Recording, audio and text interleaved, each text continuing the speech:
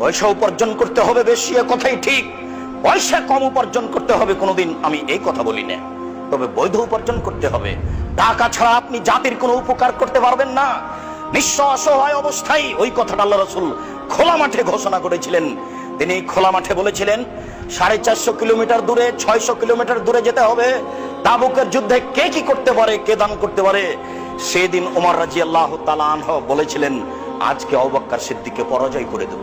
এই কথা তিনি নিজে বলেছিলেন, আজ আমি দানে আবু বকর সিদ্দিককে পরাজয় করে দেব, আমার অর্থ সম্পদের অর্ধেক দান করব। ওমর, কি করতে চাও? ওমর বলছেন, আল্লাহর নবী, আমার অর্থ সম্পদের অর্ধেক দিয়ে দিলাম। বাড়ির জন্য কি রেখেছো? অর্ধেক রেখেছি। আবু বকর, এই কিন্তু আবু দাউদের সহিহ হাদিস। আবু বকর, তুমি কি করেছো?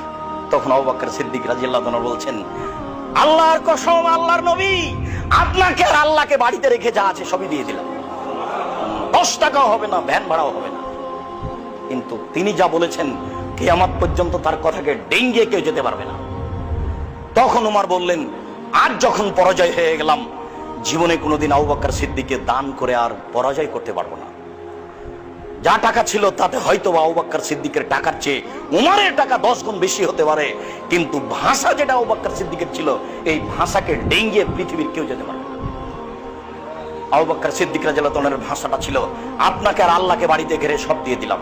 তখন আল্লাহ নবী বলছেন, উসমান, তুমি কি করছো? তখন উসমান রাদিয়াল্লাহু তাআলা বলছেন, এবার টাকা।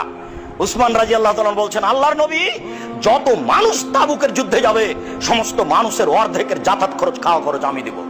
এর নাম টাকা। আপনি ভাবতে পারবেন না, এদেশের সরকারকে যদি এখন বলা হয় রাজি হবে না।